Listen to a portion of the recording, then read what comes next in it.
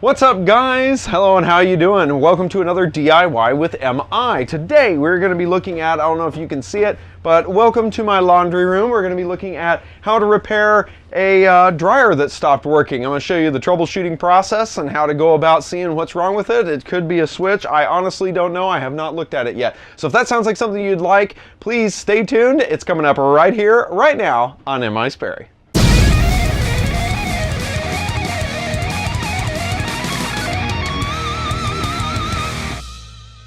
Okay guys, so like I said, welcome to my laundry room. We're going to be checking out why this dryer quit working on us. So basically it's a Whirlpool. We've had it for a long time, like actually really long time.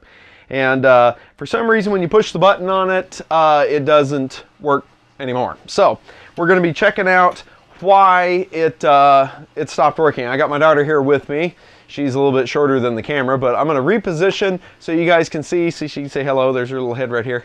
So we're going to take apart the back of it, and we're going to see what we can do. So let me move the camera around, and we'll check it out. Okay, guys. So here we go. This is the back of the instrument panel here. Now down here, I have actually tested the power going in, and the power seems to be fine. Just using a good old multimeter. I have a Fluke 189, fantastic meter, but you can test this really with anything. You just need to make sure power is getting to it. So when you test it, now be very careful because this is mains voltage, and this is about 240 volt that goes into a dryer. Okay, so it's very, very, very powerful. It can kill you. Okay, so be very careful when you're doing this. Be as careful as you can. Anyway, I'm gonna see if I can't tilt the camera down a little bit. Let's see if we can do that, Briley. See if we can tilt this a little bit. Can I say hi? There we go. Can I say hi? I don't care. There's Briley. Oh, she's helping me out. You want to hold the meter? Okay, thank you. All right, so first thing we're gonna do is, like I said, to check this, we're gonna take this panel off, which I've got a 1/4 inch driver here. That's what this is. So we're gonna unscrew this little screw right here and take this little panel off. Okay. Now, you have to be careful because, like I said, when I plug this in, these will be live. All right. So let me get situated here and plug this back in. So give me just a second. I may hit the camera with the cord. It's okay. Let's plug her in. Okay. So I have now plugged this back in. Get back down here. All right, so I plug this back in. So now on this, the center one is the ground, and the two outside ones are the two phases. Now, if you want to show the camera, Briley, when I hold my probes on this, I got 120 volt. I'm going to go to the other side. I get 120 volt, and then when I go across the two phases with my two probes, I should get the 240 volt. See that? So I'm at least getting power to here, so that means the breaker's not tripped, the cord's not bad, so that's good. Okay, Briley, you can move that. So that's good. So now what I'm going to do is I'm going to take apart the top part, and we'll see the inside of the deal, because I'm going to guess that maybe the switch has gone bad. That's what I'm going to guess, because it's a push button switch, and if you have kids and stuff that are beating on the button, you know, they smash it when they turn it on, could be the problem. So let me get this open and we'll be right back. Okay, guys. Got the back panel off of this thing. All right, so what we got here is the switch that actually turns it on and off. Now, most of the time, my guess on this is this panel up here, these upper panels are usually run off of 120 volts. So the different voltages that are up here will be 120 volt. The heating element is usually going to be 240 volt, as well as the motor that's inside here will probably be 240 volt. So what we're going to do is I'm going to probe around on this switch and see if I can't figure out where the different contacts are. There's multiple contacts on it, excuse me, because it actually is an on-off switch for the buzzer for when it's done, as well as it's the actual start switch. You press it to start the dryer going, and you twist it to get the on-off switch. So we're gonna see what different things there are. I'm guessing since there's a black and a white, and they're a bigger contact, I'm gonna guess that that might be the switching, because it comes over here, looks like. That might be what actually turns it on and off, and these little blue wires might be the buzzer is what I'm going to guess, but that's just from looking at it. So let's go ahead and let's probe around. I'm going to plug her back in. We're going to see what we can find out here. All right, so I got it plugged in. So now what I'm going to do is I'm going to put one pin on the ground that's down here, and then the other one I'm going to use to find some voltages, okay? So let's get this hooked up here. Put this one on the ground, and let's see what we can find. What do we got, Briley? Okay, nothing. I got 120 volt on that. 20 volts on that, that's weird. And like 25 volts on that. So I'm gonna see, what I think I'm gonna do is I'm gonna unplug the dryer. I think this is probably a better way to do it. And I'm gonna unplug all the contacts off of this, and then we're just gonna ohm it out, because it's just basically two different switches inside. So we're just gonna put the meter on ohms, and we'll ring it out and see if the switch is even operating. But at least it's getting power. That was the reason for this chest. At least it's getting power. So I'm gonna unplug it. All right, so let's start unplugging contacts, Briley. Tell you what I need you to do. I need you to turn the selector switch to the that little icon right there and press the blue button once you get it there. Switch it to, that's called ohms. The one that has a... That looks like a horseshoe, yeah.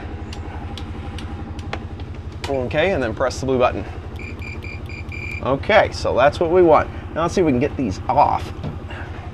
They seem kind of tough. There we go.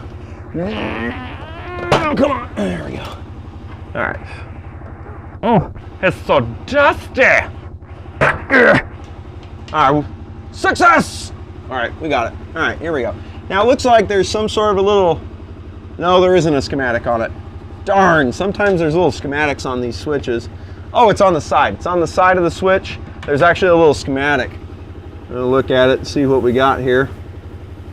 So we got a set of normally open and normally closed points. It's actually two sets, which we knew that because there's two switching actions that goes on. All right, let's just ring this out, shall we? All right. So let's take the two smaller ones. We'll see what they do. We're gonna put our probes across them. Nothing, no ringing. Let's turn the little switch. There it is. Okay, so that is the buzzer. So this is the buzzer. So when the switch is turned to on, we get continuity, the switch is closed. We turn it to off, nothing. Okay, so now here comes the next one. Now, Bradley, I may need your help with this one. I'm gonna need you, when I tell you to push, push in on the switch, okay? So press in on the button over there, because I gotta hold these. This? Yeah, just push in on it. Anything? Oh, so it is working. Let go. Push in. Okay, so let go. So our problem is further down the line. So it looks like this switch is good because it rings whenever we press it. So I believe that this switch is good. So I'm gonna go ahead and hook it back up. Here we go. Put this back up. So now what we need to do is we need to check and see where this is all going. It's a big wire bundle that goes down into the wide blue yonder. So what I'm going to do is I'm going to go ahead and take the back cover off, because there's some different sensors and things that are interlocks, and basically the dryer will not come on if certain thermal sensors are bad, and there could be a thermal sensor that basically has failed in such a way that it's basically telling the computer inside here that it's basically overheated, so it's not starting the dryer. That could be what it might be. I don't know, I'm guessing yet again. That's what you do. You just troubleshoot and you just guess. So let's take the back panel off, follow these wires to wherever they're going, and let's see if we can get continuity or whatever down through that. Be right back. Okay, so now that I've got the back panel off of this, I've traced the wires. They come down through this bundle. They go all the way down here, but they turn the corner, and here's those sensors I was talking about. There's one up here. That's a heat, that's a thermal sensor. There's another one that's on down. There's one right here, and there's another thermal sensor here, and there's even one over here. And they're kind of all over the place, okay? And so anyway, this bundle right here goes down and it goes around and it goes back in. So I'm thinking that there's got to be a set of contacts or something that's maybe on the actual motor that runs, that activates the motor. So, dun dun dun, we're gonna have to take the tub out, I think. Which is doable, but it's kind of a pain. But I think, you know, in light of what I'm seeing here and seeing where these wires go, I think that's probably where they're going. There's probably some sort of a contact or something that has gone bad that's actually on the motor. So let me see if I can't reposition the camera, and we'll see if we can't take the tub apart and pull it out of this thing to where we can see the motor. Okay, so I got the camera repositioned. So what we're going to have to do is, hi Briley. Anyway, what we're going to have to do is I'm going to have to take this top off, take the front completely off, and probably take the tub out. So I may time lapse this, I don't know, but I'm going to try to take it apart. I might talk, I might not talk, I don't know. So let's get going. I got to take some screws out of the back first.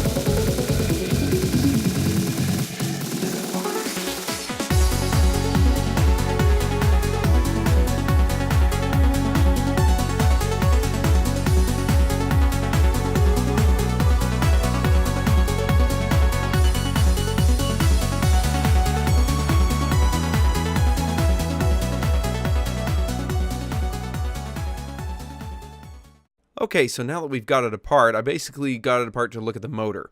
Now, once I looked at the motor, I saw that it had basically the starting contacts on it. I took that apart and opened it up.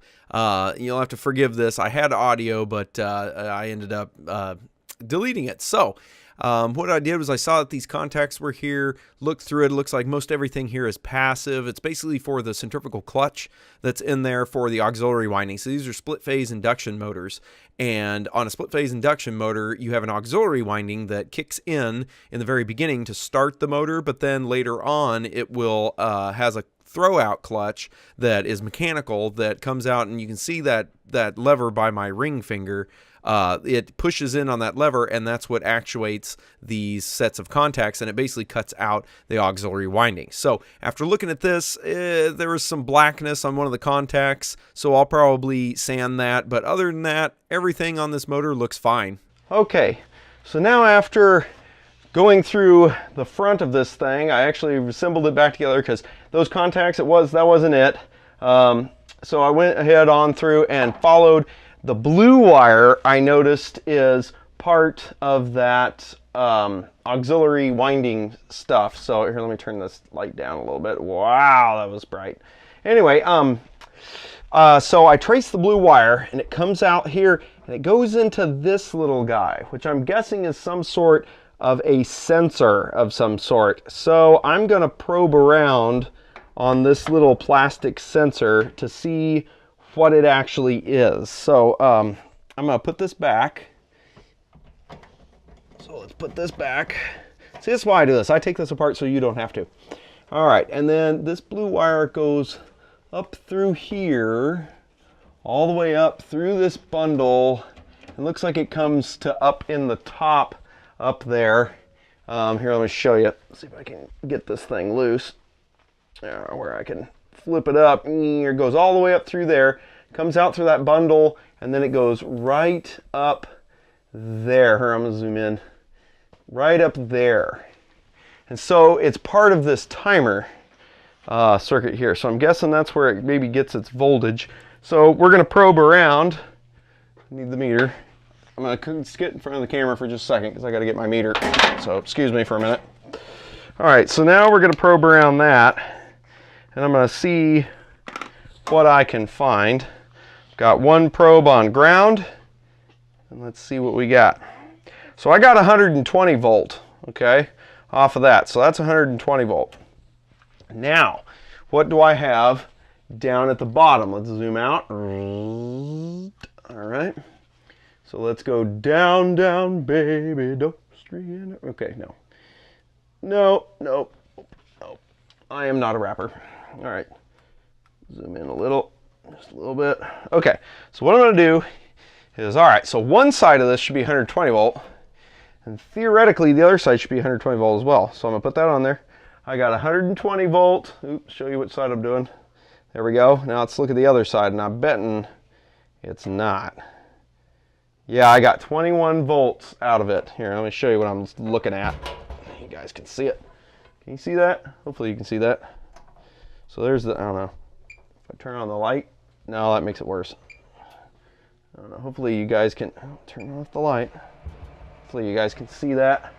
All right, so 120 on one side, and we got nothing on the other side.